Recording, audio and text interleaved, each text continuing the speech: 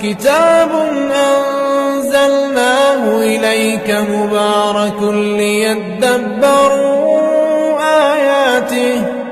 ليدبروا آياته وليتذكر أولو الألباب. ووهبنا لداود سليمان نعم العبد إنه أواب. إذ عرض عليه بالعشي الصافنات الجياد فقال إني أحببت حب الخير عن ذكر ربي حتى توارت بالحجاب.